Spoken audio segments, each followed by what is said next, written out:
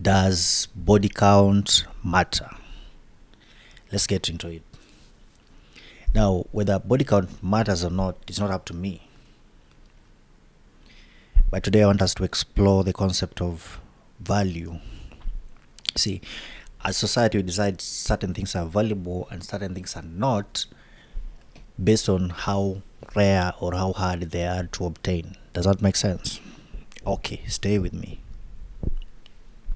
Now, when you look at the things that we value most, first class, private jets, boats, yachts, expensive jewelry, diamond, gold, silver, platinum,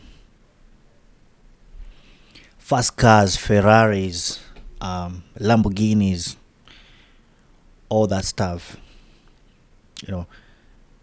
Latest iPhones with the most recent advanced features with a camera that looks just like the last version of iPhone. Now, all these things are valuable because not everybody has access to them, or not everybody can go out there and obtain them, and that's why people work so hard so that they can obtain them. And this brings the exclusivity, the designer bags, designer perfumes, designer shoes, designer perfumes, all this stuff, exclusive memberships. Now, if you go to Dubai, for instance, and everybody has Ferrari, Lamborghini, what's the other one? The Maybachs. Now, owning one does not really look that different, does it? It does not. Why? Because it is not an exclusive club. Now, picture this: if you are standing outside of a club, there's a line, right? And then you, for some reason, because you know the bouncer, or you have an exclusive membership, or you know someone, or you can call the manager and they let you in, cut the line and go straight to VIP. That will look like, it's something exclusive and something you'd be proud of. What if you realize the next time that, you're not really special, like so many people get the same privilege as you? Then it won't really feel special, is it?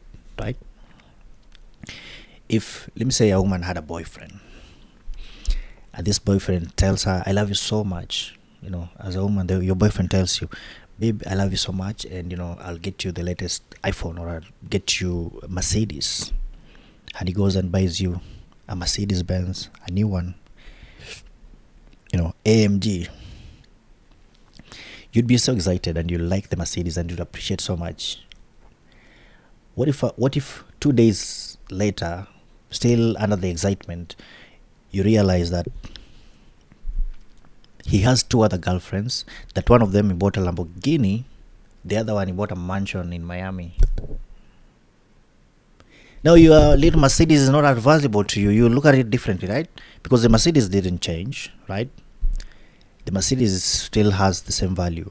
But now, because there's no exclusivity, it's not that important anymore, right? Now, let's get to the human part.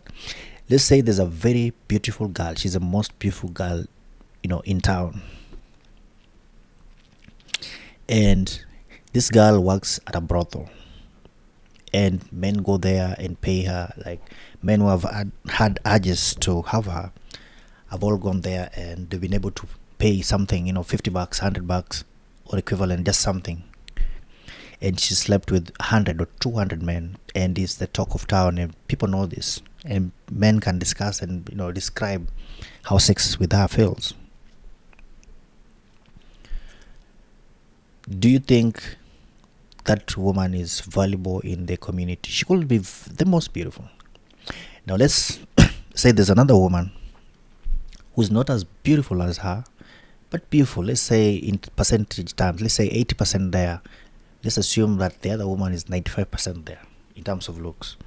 Now, this other girl, many men have been trying to date her, to entice her, take her on dates, to buy her things. Rich men, politicians, business people, high profile drug dealers and cartels, but she's turned all of them down except for one guy who managed to convince her to be his girlfriend or fiancé.